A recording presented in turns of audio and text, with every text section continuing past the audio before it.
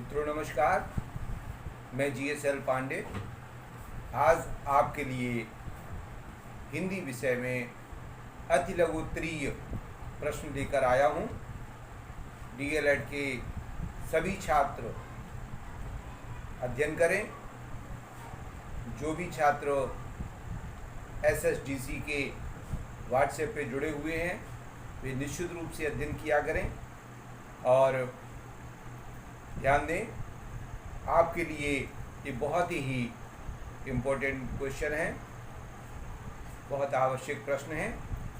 जो भी DLED के छात्र हैं उनके साथ साथ B.Ed और C.TET और TET के छात्र भी इसका लाभ ले सकते हैं। और मैं प्रारंभ करता हूँ। प्रश्न 1, कहानी शिक्षण के उद्देश्य बताइए। कहानी शिक्षण के उद्देश्य बताइए। तो इसका उत्तर है, कहानी शिक्षण के अनेक उद्देश्य होते हैं।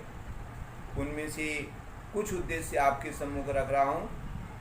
पहला उद्देश्य होता है लेखक का मनोरंजन करना।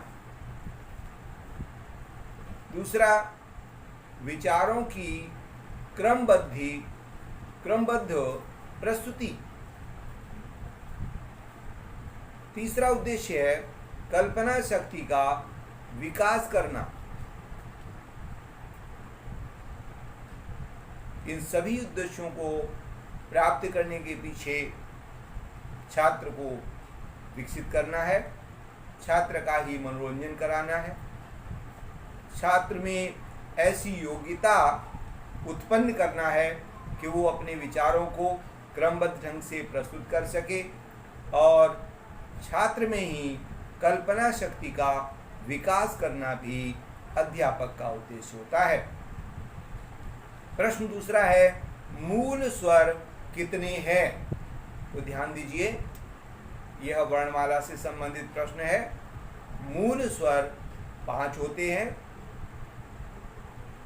छोटा आ, छोटी ई, छोटा ऊ, रिर और लिर, ये 5 मूल स्वर माने गए हैं। अगला प्रश्न आपके सम्मुख प्रस्तुत है, यहीं कहीं पर बिखर गई थी भग्न विजय मालासी। ये कविता की एक पंक्ति है। यहीं कहीं पर बिखर गई थी भग्न विजय मालासी। इस पंक्ति में अलंकार बताइए। तो ध्यान दें कि जिस पंक्ति में सा, सी, से, सम, समान, सरिस, इनमें से कोई भी शब्द आप देखें तो आप समझ लीजिए वहाँ उपमा अलंकार है। अगला प्रश्न है, वार्णिक छंद के भेद बताइए। यानी वार्णिक छंद कितने प्रकार के होते हैं?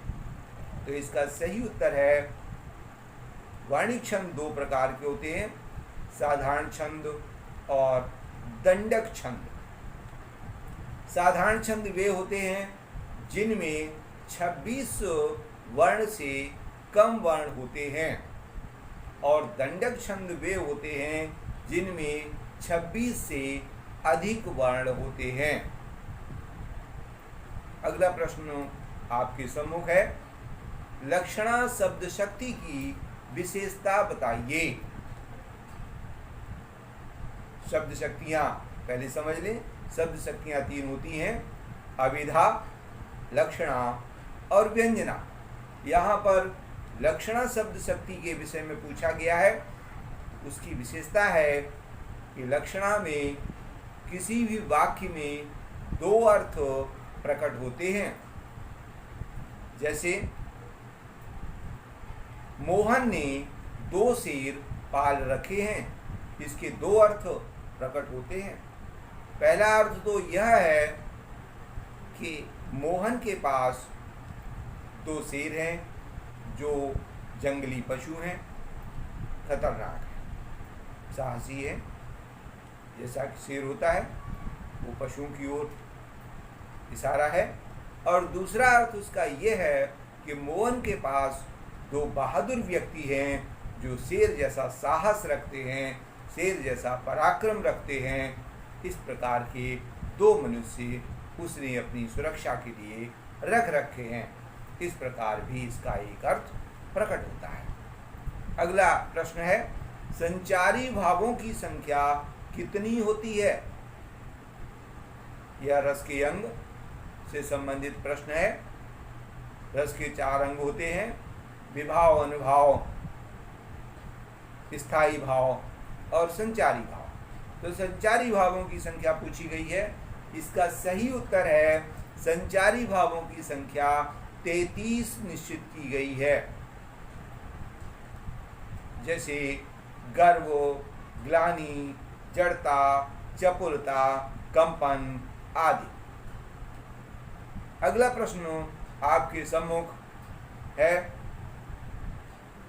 यह भी एक कविता की पंक्ति है। अखिल भुवन चर अचर सब हरि मुख में लखि मातु। फिर से सुने, अखिल भुवन चर अचर सब हरि मुख में लखि मातु। इस पंक्ति में रस बताइए। तो ध्यान दें, पहले इसका अर्थ, रस को ज्ञात करने के लिए अर्थ को जानना बहुत जरूरी होता है, तभी आप रस की सही पहचान कर सकते हैं। इसमें बताया गया है कि पूरे संसार के चर और अचर जितने भी वस्तुएं, लोग हैं, वे सभी हरि के मुख में माता ने देखे। एक छोटा सा बालक पुत्र रूप में उनके यहाँ प्रकट हुआ। उस पुत्र के मुख में सभी प्रवेश करते जा रहे हैं। माता आश्चर्य में पड़ गई। जब कोई दृश्य आश्चर्यजनक होता है तो वहाँ पर अद्भुत रस होता है। याद रखें, जब किसी दृश्य को देखकर आश्चर्य में व्यक्ति पड़ जाए तो अद्भुत रस होता है। अगला प्रश्न है आपके सम्मुख, चौमासा में शब्द में समास बताइए। देखो, चौमासे अभी चल रहे हैं। चौमासा शब्द में समास बताइए। इसका सही उत्तर है द्विगु समास, और इसका समास विग्रह है 4 मासों का समूह। तो जहाँ पर द्विगु समास में कोई भी शब्द, पहला शब्द संख्यावाचक होता है तो 4 संख्या है, इसलिए यहाँ पर द्विगु समास है। अगला प्रश्न है आपके सम्मुख, उड्डयन का संधि विच्छेद कीजिए। उड्डयन शब्द है, तो ध्यान दें, इसका संधि विच्छेद करने पर निकलेगा उत प्लस डयन। यहाँ पर व्यंजन संधि है और व्यंजन में भी इष्टुत्व व्यंजन संधि है। और अगला प्रश्न है, खुशबू शब्द में उपसर्ग बताइए। खुशबू शब्द में उपसर्ग बताइए। तो इसमें ध्यान दें, उपसर्ग हमेशा, चाहे किसी भाषा का शब्द हो, हिंदी का शब्द हो या संस्कृत का शब्द हो या उर्दू, फारसी, अरबी का शब्द हो, उपसर्ग हमेशा शब्द के प्रारंभ में होता है।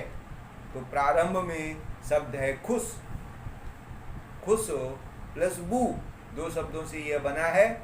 तो खुश जो है उपसर्ग है और यह फारसी भाषा का उपसर्ग है, जिसका अर्थ होता है अच्छा। अच्छा, खुशबू, खुश मिजाज, इस प्रकार से शब्द बनते हैं। अगला प्रश्न है, किताब, जिला, महल, ये शब्द किस भाषा के हैं?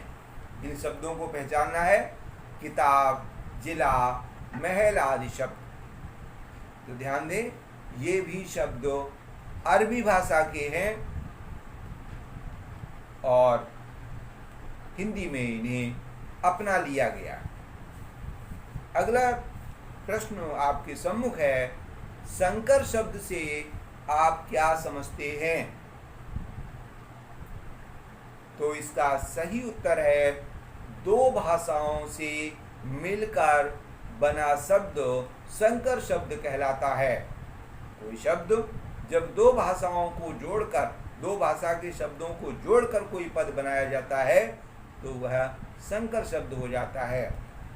इसके उदाहरण हैं जैसे मेम साहब, जिला अधिकारी, टिकट घर। इस प्रकार से इसमें दो दो भाषाओं के शब्द जुड़े हुए हैं। अगला प्रश्न आपके सम्मुख है, नहले पर दहला और नाक बचाना, इन मुहावरों का अर्थ स्पष्ट कीजिए। तो नहले पर दहला का अर्थ है सटीक जवाब देना और नाक बचाने का अर्थ है इज्जत बचा लेना। इस प्रकार से ये मुहावरों की तैयारी आप करें। और अगला प्रश्न आपके सामने है, भारत देश महान है, इस वाक्य में भारत किस प्रकार की संज्ञा है? इसे समझ लें, भारत देश महान है, इस वाक्य में भारत शब्द पर ध्यान दें कि यह किस प्रकार का शब्द है, किस प्रकार की संज्ञा है।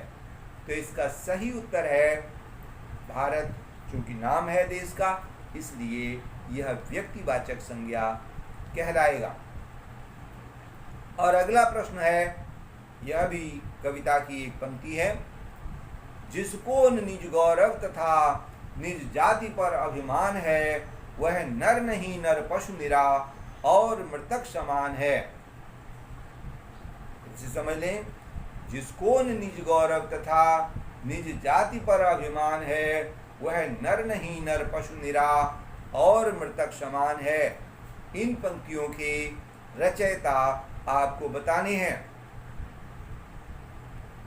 तो सबसे पहले मैं इसका अर्थ आपके सम्मुख रखना चाहता हूँ।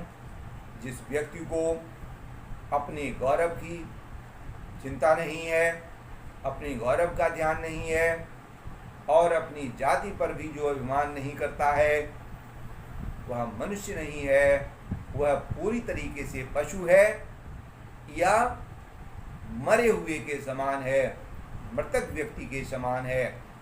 ऐसी वीरतापूर्ण पंक्तियाँ मैथिली शरण गुप्त के द्वारा रचित हैं और उनकी बहुत प्रसिद्ध रचना भारत भारती से ये पंक्तियाँ चुनी गई हैं। मित्रों, आज का वीडियो यहीं समाप्त होता है। कल नए वीडियो के साथ पुनः उपस्थित होंगे। जय हिंद।